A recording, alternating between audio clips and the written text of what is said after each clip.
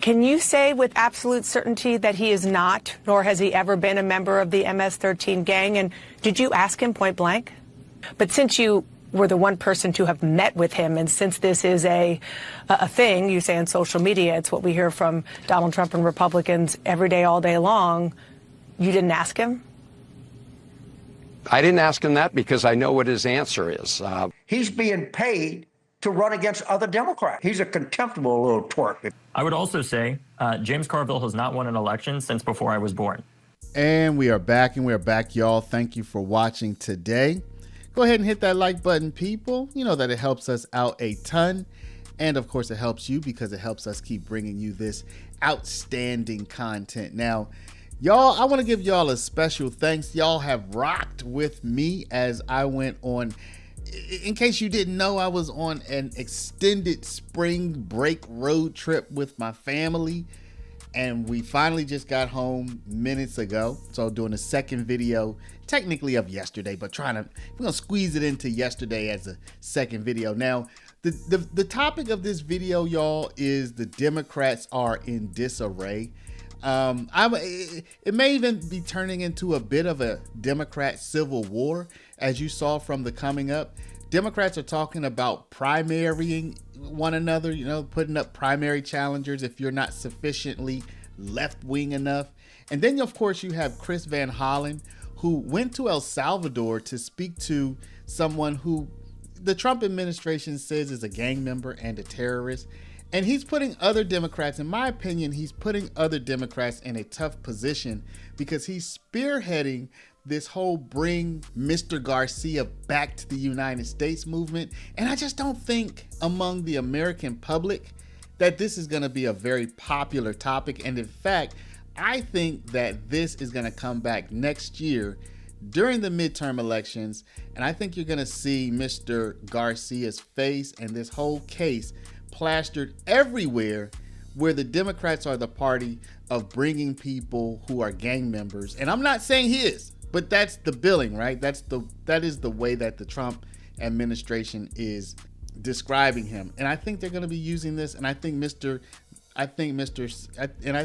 Van Hollen is putting everybody in a tough spot with his position. I mean, they all kind of share this, but I don't know that this is the number one thing they want to talk about. But with Van Hollen hopping on a plane and going to El Salvador, it's hard not to talk about it. And then to top it off, when he goes on to TV to discuss whether or not he even vetted Mr. Garcia to find out if he is actually a gang member. Well, take a look at what Mr. Van Hollen said. Now, President Trump says that some of Abrego Garcia's tattoos signify that he's a member of MS-13. In 2019, police alleged a confidential informant claimed that Abrego Garcia was an active MS-13 member. His wife and his attorney deny that, of course. Can you say with absolute certainty that he is not, nor has he ever been a member of the MS-13 gang? And did you ask him point blank? Well, Dana, what Donald Trump is trying to do here is change the subject. The subject at hand is that he and his administration are defying a court order to give Abrego Garcia his due process rights. They are trying to litigate on social media what they should be doing in the courts. They need to put up or shut up in the courts. Let me tell you, and I decided to write this down so I could be absolutely accurate as to what Federal District Court Judge Zinnes said about these allegations by the Trump administration. Quote, "No evidence linking Abrego Garcia to MS-13 or any terrorist activity has been presented to the court." That's where to litigate this. It's been litigated in many other places. So I'm not going to get into the details because the whole purpose of our court system is for them to adjudicate these things, not for Donald Trump to go off on social media. Yeah, you're right. They have not, there hasn't been a court hearing for them to put forward evidence in the first place, which is your whole point. But since you were the one person to have met with him, and since this is a thing, you say on social media, it's what we hear from Donald Trump and Republicans every day, all day long, you didn't ask him? I didn't ask him that because I know what his answer is. What he told me was he was sad and traumatized that he was being in prison because he has committed no crimes.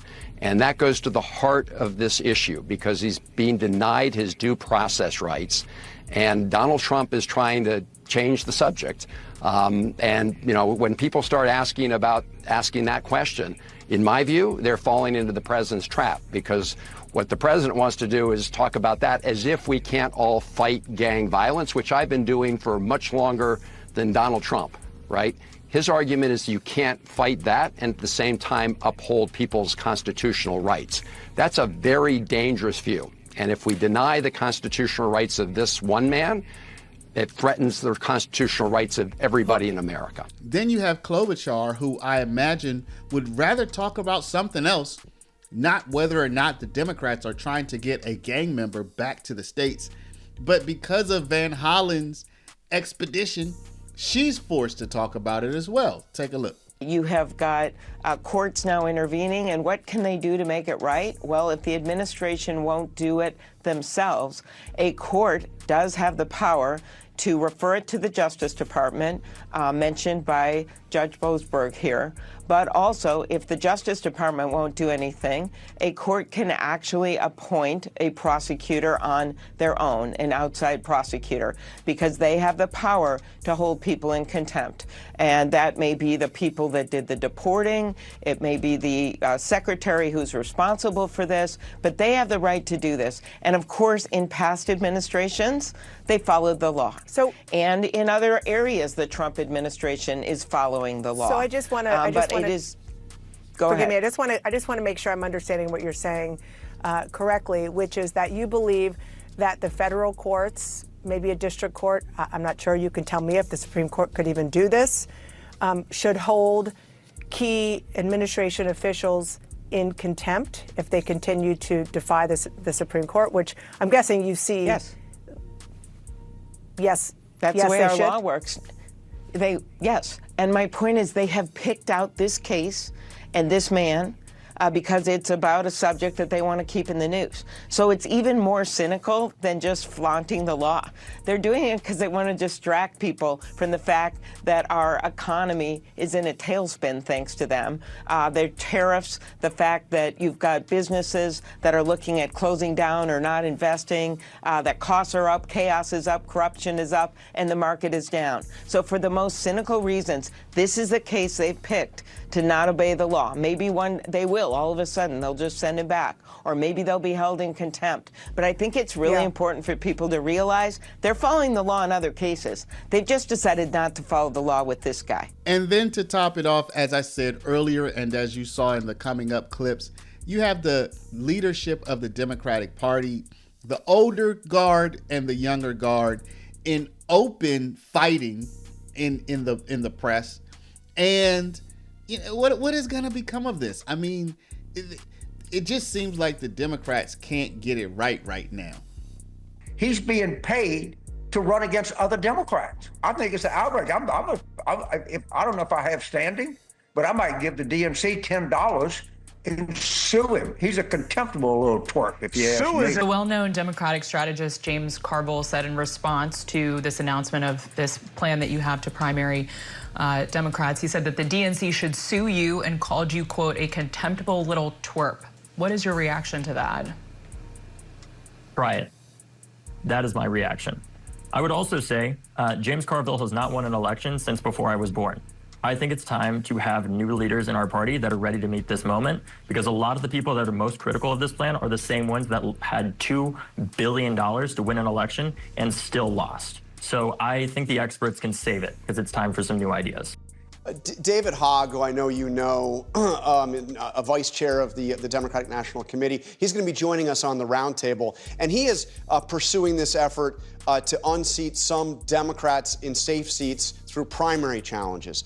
He's talked about a culture of seniority politics that is not working for the party. He said, quote, "We need a better Democratic Party and need to get rid of the Democrats in safe seats who do not understand what is at stake now, who are asleep at the wheel, not meeting the moment, and are a liability now into the future of our party." What's your response to this idea of targeting some of your Democratic incumbents? Well, I look forward to standing behind every single Democratic incumbent, from the most progressive to the most centrist and all points in between. They're working hard in their communities, rising to the occasion. This past week, we had, of course, a Medicaid Matters Day of Action, a Save Social Security Day of Action, and we have to continue to do all of the things. Rallies, town hall meetings in Democratic districts, town hall meetings in Republican districts, days of action, telephone town hall meetings, site visits, press conferences. We are in a more is more environment, and more is going to continue to be required of all of us. Now, the House is the institution that is known to be, was built to be the closest to the American people. That's why we have elections every 2 years. Primaries are a fact of life, but here's the thing. I'm going to really focus on trying to defeat Republican incumbents so we can take back control of the House of Representatives and begin the process of ending this national nightmare that's being visited upon us by far-right extremism. So I'd like to know what y'all have to say. Do you think all of this is building up to a split in the Democratic Party? Maybe between the old guard and the new guard? Do you think that Mr. Van Hollen's trip down to El Salvador is putting the entire party in a tough spot where they have to keep focusing on their attempts to bring a designated terrorist? Again, not my words, that's the Trump administration's words, but on their attempts to try to bring him back. Like, is that what the Democrats really want to be talking about? Let me know what y'all have to say in the comments, but before you do, please stop, hit the share button, share this video out through Facebook, Instagram, WhatsApp, Snapchat, you know, all of the social mediums, even email and text message. And of course, if you're not a subscriber, please do subscribe. I want to thank y'all for watching. Love y'all. Thanks for rocking with your boy, and keep rocking, because we just getting started on this channel. Love y'all, and we'll see you back in the next one.